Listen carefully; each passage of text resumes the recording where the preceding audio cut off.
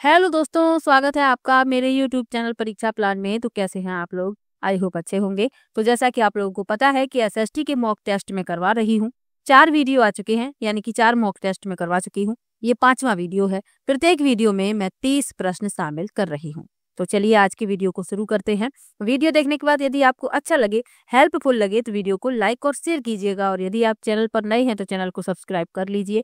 इसके अलावा paper first के लिए ईवीएस के प्रीवियस ईयर के क्वेश्चन मैं सॉल्व करवा रही हूँ। 2011 वाले पेपर से मैंने शुरुआत की है। तो यदि आप पेपर फर्स्ट भी देने वाले हैं तो आप वो वीडियो भी देख सकते हैं। तो चलिए आज की वीडियो को शुरू करते हैं। पहला प्रश्न दिया गया है, हमें ज्ञात है कि हड़प्पाकालीन लोगों ने हल का प्रयोग किया था क्योंकि पुरातत्वविदों को साक्ष्य मिले हैं कि पहला विकल्प है वास्तविक हल, दूसरा है मोहर पर उत्कीर्ण किया हुआ हल, तीसरा है खिलौना हल और चौथा है गुफा में बनाए गए चित्र में हल। तो हड़प्पाकालीन लोग हल का प्रयोग करते थे मिट्टी को पलटने, बीज बोने के लिए, जमीन को खोदने के लिए। तो असली हल तो प्राप्त नहीं हुआ है, लेकिन खिलौना हल पाए गए हैं। तो इसमें आपका तीसरा विकल्प सही हो जाएगा, खिलौना हल। और ये लकड़ी के बने होते थे, ये भी आपको याद रखना है। तो सी विकल्प इस प्रश्न का उत्तर है। चलिए आगे बढ़ते हैं, अगले प्रश्न पर चलते हैं। तमिल महाकाव्य सिलप्पदिकारम की रचना की गई थी। पहला विकल्प है सतानर द्वारा, दूसरा है इलांगो द्वारा, तीसरा है तिरुवल्लुवर द्वारा और चौथा है कुट्टूवनार द्वारा।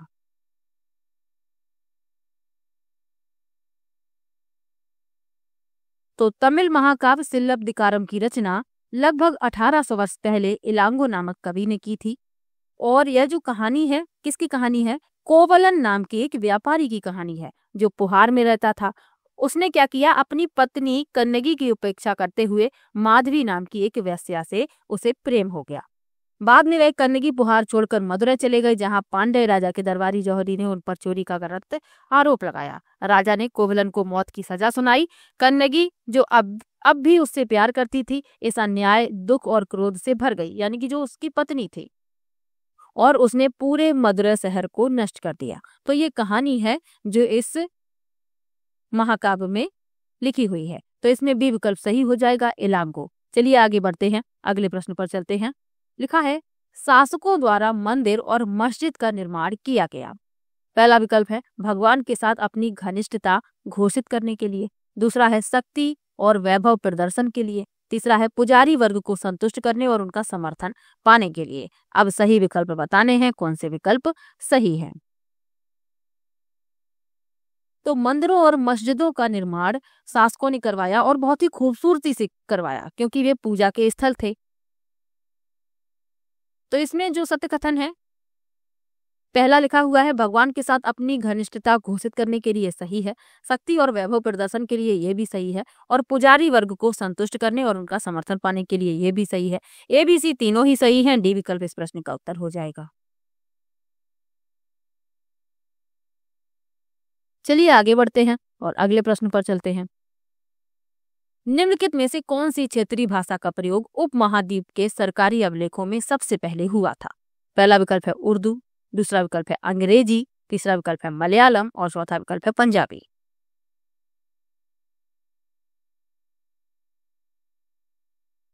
तो महोदयपुरम का चेर साम्राज्य 9वीं शताब्दी में प्रायद्वीप के दक्षिण पश्चिमी भाग, यानी वर्तमान केरल के हिस्से में स्थापित किया गया था। संभावना है कि इस क्षेत्र में मलयालम बोली जाती थी। शासकों ने अपने शिलालेखों में मलयालम भाषा और लिपि का परिचय दिया। तो इसमें आपका तीसरा विकल्प सही हो जाएगा, मलयालम। यानी कि पूछा गया है कि कौन सी क्षेत्रीय भाषा का प्रयोग उपमहाद्वीप के सरकारी अभिलेखों में सबसे पहले हुआ, तो वह है मलयालम। चलिए आगे बढ़ते हैं और अगले प्रश्न पर चलते हैं। लिखा है संघ सही मायने में एक संगठन था क्योंकि। पहला विकल्प है कई सदस्यों ने एक साथ चर्चाओं और वाद विवादों के माध्यम से शासन किया, दूसरा है इसने महिलाओं और कामकारों को सभाओं में भाग लेने के लिए सम्मिलित किया था। तो प्रश्न में कहा गया है कि संघ सही मायने में एक संगठन था, क्यों था? जो सत्य है इसमें से ए और बी में से वह बताना है। तो कई सदस्यों ने एक साथ चर्चाओं और वाद विवादों के माध्यम से शासन किया, ये सही है। बी में लिखा है कि इसने महिलाओं और कामकारों को सभाओं में भाग लेने के लिए सम्मिलित किया था। तो जो कथन बी लिखा हुआ है, कथन ए तो सही है लेकिन कथन बी गलत है। क्यों गलत है? बुद्ध द्वारा संघ की मूल स्थापना में पुरुषों और महिलाओं दोनों को सन्यासी के रूप में प्रवेश की अनुमति दी गई थी, लेकिन समय के साथ क्या हुआ, मठवासी समुदाय के भीतर महिलाओं की भागीदारी और समन्वय पर प्रतिबंध और सीमाएं लगा दी गईं। तो समय के साथ इसमें परिवर्तन हो गया, तो बी इसमें गलत है। और यहाँ जो ए लिखा हुआ है, ए जो लिखा हुआ है ये संघ के मठवासी समुदाय के भीतर निर्णय लेने की प्रक्रिया को संदर्भित करता है, तो ये भी याद रखिएगा। तो सिर्फ ए इसमें सही है, तो जो पहला विकल्प है कि केवल ए सही है, यही इस प्रश्न का उत्तर हो जाएगा। चलिए आगे बढ़ते हैं और अगले प्रश्न पर चलते हैं। लिखा है पहली सूती कपड़ा मिल में स्थापित की गई। इंपॉर्टेंट प्रश्न है, कई बार पूछा गया है। पहला विकल्प है कलकत्ता, दूसरा है बम्बई, तीसरा है मद्रास और चौथा है सूरत।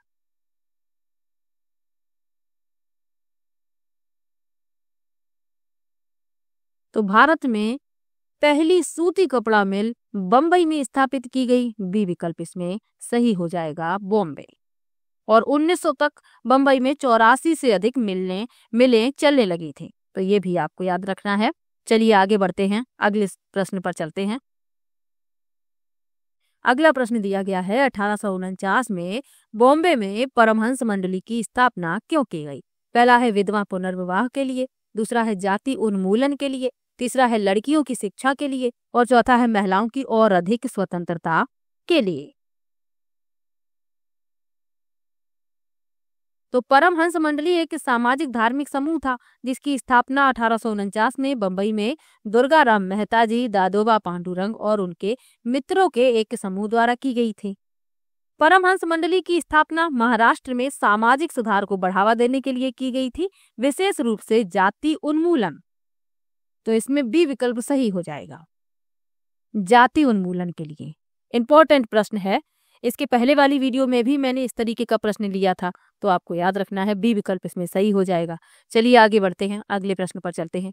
निम्नलिखित में से कौन हिंदू शास्त्रों के कट्टर आलोचक थे तथा उन्होंने कहा कि ब्राह्मणों से निचली जातियों पर अपनी सत्ता तथा महिलाओं पर पुरुषों का प्रभुत्व स्थापित करने के लिए मनु द्वारा रचित संहिता, भगवद गीता और रामायण जैसी पुस्तकों का सहारा लिया है?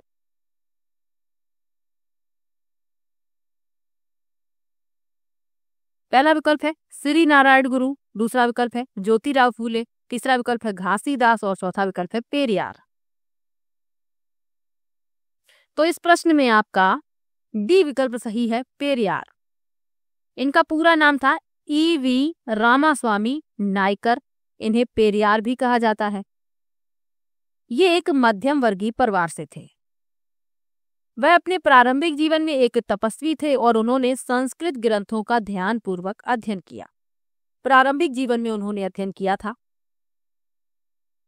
और बाद में वह कांग्रेस के सदस्य बन गए, लेकिन निराश होकर कांग्रेस उन्होंने छोड़ दिया। उन्होंने देखा कि राष्ट्रवादियों द्वारा आयोजित एक भोज में बैठने की व्यवस्था में जाति भेद का पालन किया गया था, यानी कि निचली जातियों को ऊंची जातियों से दूरी पर बैठाया गया था। तो यह मानते हुए कि अछूतों को अपनी गरिमा के लिए लड़ना होगा, पेरियार ने आत्मसम्मान आंदोलन की स्थापना की। उन्होंने तर्क दिया कि अछूत मूल तमिल और द्रविड़ संस्कृति के सच्चे धारक थे, जिन्हें ब्राह्मणों ने अपने अधीन कर लिया था।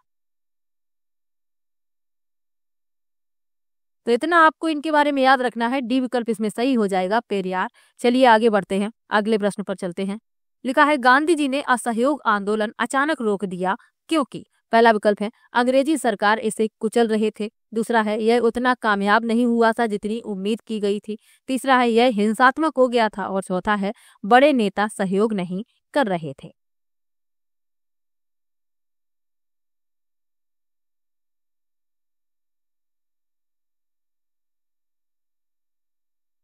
तो गांधी जी ने असहयोग आंदोलन अचानक रोक दिया था। क्यों रोक दिया था?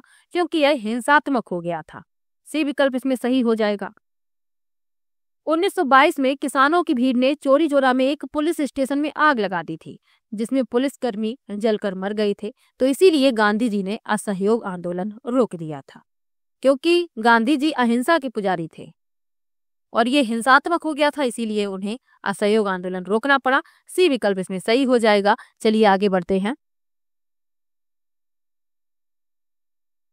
अगला प्रश्न दिया गया है, निम्नलिखित को कालानुक्रमिक क्रम में व्यवस्थित कीजिए, यानी काल के अनुसार, समय के अनुसार व्यवस्थित करना है कि कौन सा किस सन में हुआ, उसी के अनुसार इन्हें व्यवस्थित करना है। पहला है दांडी मार्च, दूसरा है भारत छोड़ो आंदोलन, तीसरा है रॉलेट सत्याग्रह और चौथा है खिलाफत आंदोलन। तो इनका सन आपको पता होना चाहिए। चलिए देखते हैं कि इनका सन क्या है, फिर इन्हें क्रम से लगाएंगे। तो पहले लिखा है दांडी मार्च, तो दांडी मार्च इसका सन है 1930 में। यह महात्मा गांधी के नेतृत्व में एक अहिंसक विरोध था, तो ये 1930 में हुआ। फिर लिखा है भारत छोड़ो आंदोलन। भारत छोड़ो आंदोलन कब हुआ? 1942 में। रॉलेट सत्याग्रह ये हुआ 1919 में, और खिलाफत आंदोलन 1920 में। और इनका जो सन है एक बार फिर से लिख देते हैं, दांडी मार्च 1930 में और भारत छोड़ो आंदोलन 1942 में। चलिए अब देखते हैं ये किस क्रम से आएंगे। सबसे पहले आएगा सी, फिर आएगा डी, फिर आएगा ए और फिर आएगा बी। यानी कि आप देख रहे हैं पहला विकल्प सही है, सी डी ए बी, पहला विकल्प इसमें सही हो जाएगा। चलिए आगे बढ़ते हैं, अगले प्रश्न पर चलते हैं। भारतीय योजना आयोग की स्थापना किस वर्ष हुई थी? पहला है 1935, दूसरा है 1947, तीसरा है 1950 और चौथा है 1956।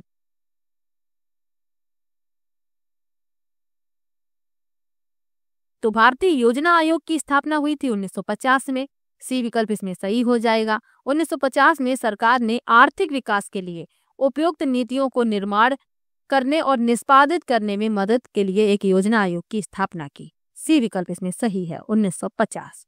चलिए आगे बढ़ते हैं, अगले प्रश्न पर चलते हैं। विविधता में एकता किसके द्वारा रचा गया शब्द है? पहला विकल्प है इंदिरा गांधी, दूसरा विकल्प है बी.आर. अम्बेडकर, तीसरा विकल्प है जवाहरलाल नेहरू और चौथा है महात्मा गांधी। तो विविधता में एकता किसके द्वारा रचा गया शब्द है? यानी कि ये एक वाक्यांश है जो जवाहरलाल नेहरू ने दिया है, सी विकल्प इसमें सही हो जाएगा। ये प्रश्न पूछा जाता है, इंपॉर्टेंट प्रश्न है, कई बार पूछा गया है। चलिए आगे बढ़ते हैं, अगले प्रश्न पर चलते हैं। अगला प्रश्न जो है इसमें फिल करना है, लेकिन ये पेडागोजी का प्रश्न है। चलिए देख लेते हैं। लिखा है वे विचार हैं जब हम लोगों को एक छवि में बांध लेते हैं। अभी मैं मॉक टेस्ट में सिर्फ एनसीईआरटी बेस्ड जो क्वेश्चन है, हिस्ट्री, ज्योग्राफी और पॉलिटी के, उन्हें ले रही हूँ। जो पेडागोजी के क्वेश्चन है उनको भी मैं शामिल करूंगी। तो ये जो एक प्रश्न आ गया है पेडागोजी का, चलिए देख लेते हैं। पहला विकल्प है बाह्य समूह, दूसरा है पूर्वाग्रह, तीसरा है भेदभाव और चौथा है रूढ़िबद्ध धारणाएं। तो रूढ़िबद्ध धारणाएं वे विचार होते हैं जब हम लोगों को एक छवि में बांध लेते हैं, डी विकल्प इसमें सही हो जाएगा। चलिए आगे बढ़ते हैं। ग्रामीण प्रशासनिक व्यवस्था में एक लेखपाल का क्या अर्थ है?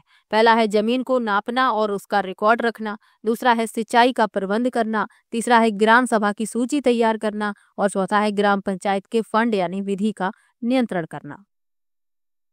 तो ग्रामीण प्रशासनिक व्यवस्था में जो लेखपाल होता है उसका कार्य है जमीन को नापना और उसका रिकॉर्ड रखना।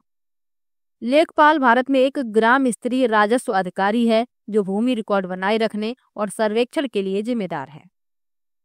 वे सरकार के लिए कर और अन्य राजस्व एकत्र करने के लिए भी जिम्मेदार हैं। तो ये भी आपको याद रखना है, पहला विकल्प इसमें सही हो जाएगा। चलिए आगे बढ़ते हैं। लिखा है पंचायती राज व्यवस्था में ग्राम पंचायत के कार्य को स्वीकृति दी जाती है। पहला है जनपद पंचायत द्वारा, दूसरा है जिला परिषद द्वारा, तीसरा है पंचायत समिति द्वारा और चौथा है ग्राम सभा द्वारा। तो पंचायती राज व्यवस्था में ग्राम पंचायत के कार्य को स्वीकृति दी जाती है ग्राम सभा द्वारा, डी विकल्प इसमें सही हो जाएगा। ग्राम सभा पंचायती राज व्यवस्था में सर्वोच्च निर्णय लेने वाली संस्था है। यह एक निकाय है जिसमें मतदाता सूची में पंजीकृत सभी लोग शामिल होते हैं जो ग्राम स्तर पर पंचायत के क्षेत्र में शामिल गांव से संबंधित होते हैं। इतना आपको याद रखना है, डी विकल्प इसमें सही हो जाएगा। चलिए आगे बढ़ते हैं, अगले प्रश्न पर चलते हैं। मछुआरे मानसून के दौरान मछलियां पकड़ने नहीं जाते, यह सुनिश्चित करने के लिए।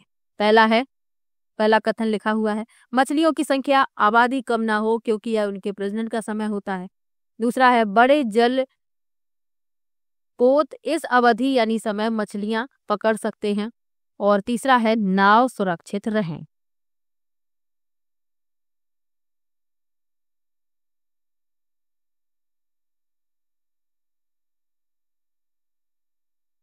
तो इसमें पहला जो लिखा हुआ है कि मछलियों की संख्या आबादी कम ना हो क्योंकि यह उनके प्रजनन का समय है, ये सही है। मानसून का जो मौसम होता है कई मछली प्रजातियों के लिए प्रजनन का समय होता है।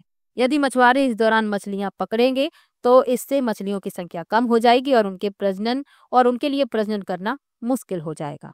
तो इसीलिए मानसून के दौरान मछुआरे मछलियां नहीं पकड़ते, ये इसमें सही है।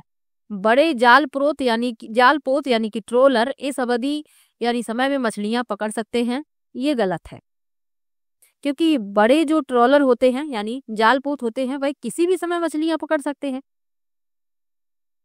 ऐसा नहीं है कि ये सिर्फ मानसून में मछलियां पकड़ेंगे, तो ये गलत हो गया। और नाव सुरक्षित रहें, ये भी गलत है क्योंकि नावों की सुरक्षा केवल मानसून के मौसम में नहीं बल्कि सभी मौसमों में चिंता का विषय है।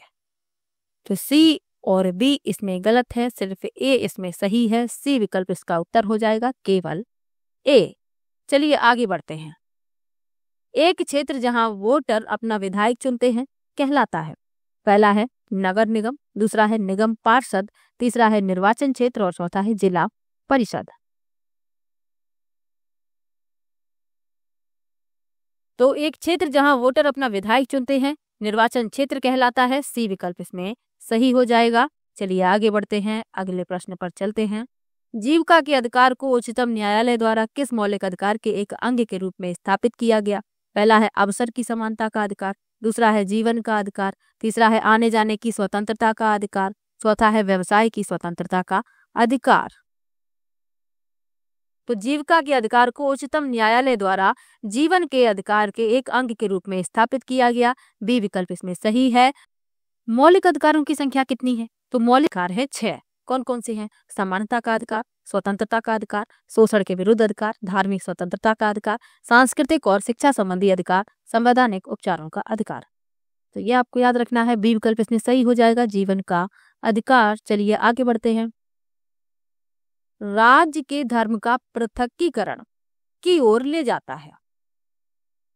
पहला है बहुसंख्यकों की निरंकुशता से बचाव, दूसरा है मौलिक अधिकारों के उल्लंघन से बचाव, तीसरा है राज्य की लोकतांत्रिक कार्यविधि और चौथा है सामुदायिक दंगों की घटनाओं पर रोकथाम।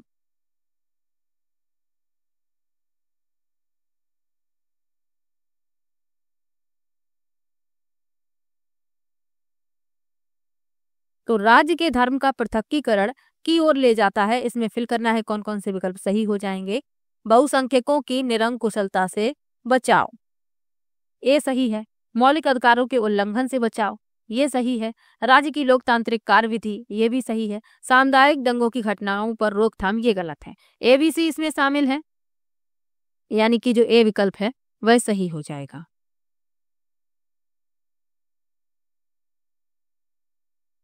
तो डी इसमें शामिल नहीं है, ए बी सी इसमें सही है। ए विकल्प इस प्रश्न का उत्तर हो जाएगा। चलिए आगे बढ़ते हैं। निम्नलिखित में से कौन आपराधिक न्याय प्रणाली में मुख्य भूमिका निभाते हैं? पहला है न्यायाधीश, दूसरा है पुलिस, तीसरा है सरकारी वकील। तो आपराधिक न्याय प्रणाली में ये तीनों ही मुख्य भूमिका निभाते हैं, न्यायाधीश भी, पुलिस भी और सरकारी वकील भी। एबीसी इसमें सही है, डी विकल्प इस प्रश्न का उत्तर हो जाएगा। चलिए आगे बढ़ते हैं। अगला प्रश्न दिया गया है, किस संगठन ने उच्चतम न्यायालय में मैला उठाने की प्रथा के खिलाफ याचिका दायर की है? पहला है तवा मत्स्य संघ, दूसरा है स्वस्थ फाउंडेशन, तीसरा है सफाई कर्मचारी आंदोलन और चौथा है आरोग्य सेवा। तो इसमें आपका तीसरा विकल्प सही है, सफाई कर्मचारी आंदोलन। तो सफाई कर्मचारी आंदोलन ने हाथ से मैला ढोने की प्रथा के खिलाफ सुप्रीम कोर्ट में याचिका दायर की और कब की? 19 जुलाई 2023। तो ये भी याद रखिएगा, सी विकल्प इसमें सही हो जाएगा। चलिए अगले प्रश्न पर चलते हैं। अगला प्रश्न दिया गया है, निम्नलिखित में से राज्य में किसकी नियुक्ति केंद्र सरकार द्वारा की जाती है? पहला है विधानसभा अध्यक्ष, दूसरा है विधानसभा परिषद के सदस्य, तीसरा है राज्यपाल, चौथा है मुख्यमंत्री। अब इस प्रश्न में उत्तर कौन सा होगा? सी विकल्प, राज्यपाल। इसमें पूछा गया है कि राज्य में किसकी नियुक्ति केंद्र सरकार द्वारा की जाती है, तो राज्य के राज्यपाल की नियुक्ति केंद्र सरकार की सलाह पर भारत के राष्ट्रपति द्वारा की जाती है। राज्यपाल राज्य का संवैधानिक प्रमुख होता है, तो इसमें आपका सी विकल्प सही हो जाएगा, राज्यपाल। चलिए आगे बढ़ते हैं। निम्नलिखित में से क्या नौकरी की सुरक्षा वाले रोजगार का एक उदाहरण होगा? पहला है दिहाड़ी मजदूर, दूसरा है अनियमित कर्मचारी, तीसरा है नियमित कर्मचारी और चौथा है मौसमी कर्मचारी। तो प्रश्न में पूछा गया है कि क्या नौकरी की सुरक्षा वाले रोजगार का एक उदाहरण है, तो नियमित कर्मचारी। जो नियमित कर्मचारी होता है उसे अपनी नौकरी के खोने का डर नहीं होता। बाकी आप जो देख रहे हैं, दिहाड़ी मजदूर, अनियमित कर्मचारी, मौसमी कर्मचारी, इनकी जो नौकरी होती है इन्हें कभी भी निकाला जा सकता है, जबकि नियमित कर्मचारी के साथ ऐसा नहीं होता। तो सी विकल्प इसका उत्तर हो जाएगा। चलिए आगे बढ़ते हैं। लिखा है, अनियमित रोजगार के संदर्भ में निम्न कथनों को पढ़िए। कारीगर को तभी आना होता है जब मालिक को जरूरत हो। कारीगरों को कार्य की अच्छी दशाएं मिलती हैं। कारीगरों से ज्यादा घंटे काम करने की उम्मीद की जाती है। सही विकल्प का चुनाव कीजिए। तो अनियमित रोजगार के संबंध में बताना है जो कथन सत्य है। तो पहला लिखा हुआ है कि कारीगर को तभी आना होता है जब मालिक को जरूरत हो, इसमें ये सही है। कारीगरों को कार्य की अच्छी दशाएं मिलती हैं, ऐसा नहीं होता। जो अनियमित मजदूर होते हैं उन्हें कार्य की अच्छी दशाएं नहीं मिलती, लेकिन फिर भी उन्हें मजबूरी में काम करना पड़ता है। बी इसमें नहीं होगा शामिल। सी सही है, कारीगरों से ज्यादा घंटे काम करने की उम्मीद की जाती है। जो अनियमित कारीगर होते हैं उनसे उम्मीद की जाती है कि ये ज्यादा से ज्यादा काम करें। तो ए और सी इसमें सही है, यानी कि इसमें आपका जो डी विकल्प है यही इस प्रश्न का उत्तर हो जाएगा। चलिए आगे बढ़ते हैं, अगले प्रश्न पर चलते हैं। संसद के सत्र के समय एक महत्वपूर्ण व्यवस्था जिसके माध्यम से सांसद सरकार के कामकाज के बारे में जानकारियां हासिल करते हैं तथा कार्यपालिका के ऊपर अंकुश रखते हैं, वह है। पहला है शून्यकाल, दूसरा है प्रश्नकाल, तीसरा है ध्यानाकर्षण प्रस्ताव और चौथा है सदन का बहिष्कार करना। तो इसमें ए शामिल है, शून्यकाल। शून्यकाल क्या होता है? संसद सत्र की शुरुआत में एक समय की अवधि है जब सांसद तत्काल सार्वजनिक महत्व के किसी भी मामले को उठा सकते हैं। शून्यकाल के दौरान किन मामलों पर चर्चा होगी यह सदन का अध्यक्ष तय करता है। तो इसमें ए सही है। प्रश्नकाल, ये भी इसमें सही है। प्रश्नकाल क्या होता है कि संसद की प्रत्येक बैठक का पहला घंटा होता है। इस एक घंटे के दौरान सांसद मंत्रियों से उनके विभाग के कामकाज के बारे में सवाल पूछते हैं, तो ये प्रश्नकाल होता है। ए सही है, बी सही है। ध्यानाकर्षण प्रस्ताव, ये क्या होता है? ये एक ऐसा प्रस्ताव है जिसे एक सांसद द्वारा तत्काल सार्वजनिक महत्व के मामले पर संसद का ध्यान आकर्षित करने के लिए पेश किया जाता है। प्रस्ताव पर सदन में बहस होती है और सरकार को जवाब देना होता है, तो ये भी इसमें सही है। ए बी सी इसमें सही है, यानी कि आपका जो सी विकल्प है यही इस प्रश्न का उत्तर हो जाएगा। सदन का बहिष्कार करना ये गलत है। सांसदों के लिए सरकार के फैसले या कार्रवाई पर अपनी असहमति व्यक्त करने का एक तरीका होता है। हालांकि यह कोई ऐसा तंत्र नहीं है जिसके द्वारा सांसद सरकार के कामकाज के बारे में जानकारी प्राप्त कर सके या कार्यपालिका पर नजर रख सके। तो इसमें डी शामिल नहीं है, ए बी सी इसमें सही है, सी विकल्प आपका उत्तर है। चलिए आगे बढ़ते हैं, अगले प्रश्न पर चलते हैं। निम्नलिखित में से किसे एक संतुलित मीडिया रिपोर्ट कहेंगे? पहला है वह जिसमें केवल सरकार के दृष्टिकोण की चर्चा की गई है। दूसरा है वह जो लोगों की तरफ से और निजी कंपनियों के खिलाफ बोलती है।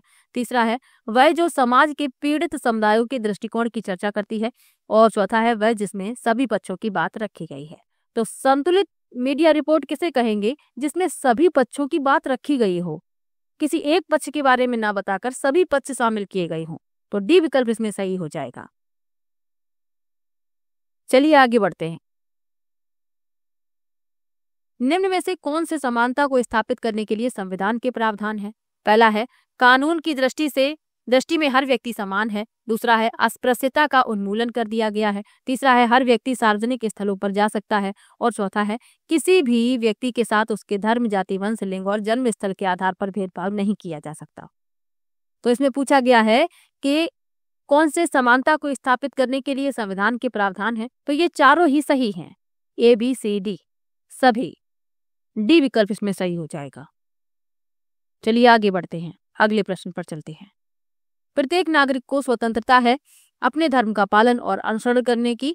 भारतीय संविधान में प्रतिस्थापित किस सिद्धांत से यह स्वतंत्रता उत्पन्न हुई? पहला है समाजवाद, दूसरा है धर्मनिरपेक्षता, तीसरा है लोकतंत्र और चौथा है सरकार का गणतांत्रिक स्वरूप। तो इसमें पूछा गया है कि प्रत्येक नागरिक को स्वतंत्रता है अपने धर्म का पालन और अनुसरण करने की। तो यह जो स्वतंत्रता है यह उत्पन्न हुई है धर्मनिरपेक्षता से। बी विकल्प इसमें सही हो जाएगा। चलिए आगे बढ़ते हैं अगले प्रश्न पर। किस चोरी के मामले में निम्नलिखित में से क्या होने पर पक्षपातपूर्ण सुनवाई माना जाएगा?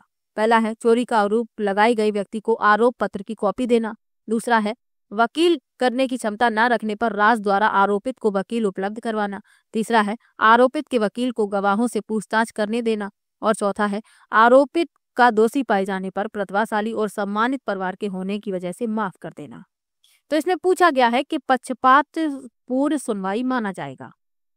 तो इसमें जो डी लिखा हुआ है कि आरोपित का दोषी पाए जाने पर प्रतिभाशाली और सम्मानित परिवार के होने की वजह से माफ कर देना, ये गलत है, ये पक्षपातपूर्ण निर्णय होगा, जबकि ऐसा नहीं किया जाता क्योंकि कानून की नजर में सभी समान होते हैं। तो इसका जो पक्षपातपूर्ण सुनवाई पूछी गई थी, डी विकल्प इस प्रश्न का उत्तर हो जाएगा। चलिए आगे बढ़ते हैं।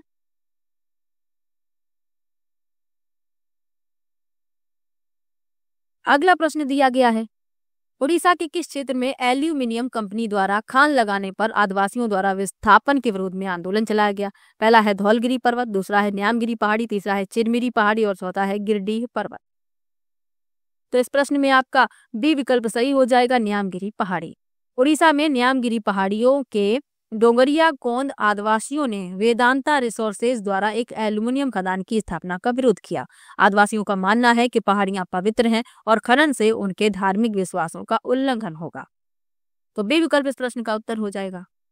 तो 30 प्रश्न मैं प्रत्येक वीडियो में ले रही हूँ। किसी भी प्रश्न में आपको डाउट हो तो आप कमेंट बॉक्स में जरूर लिखिएगा और आपके कितने प्रश्न सही हुए ये भी कमेंट में जरूर बताइएगा। तो चलिए मिलते हैं नेक्स्ट वीडियो में, तब तक के लिए बाय बाय।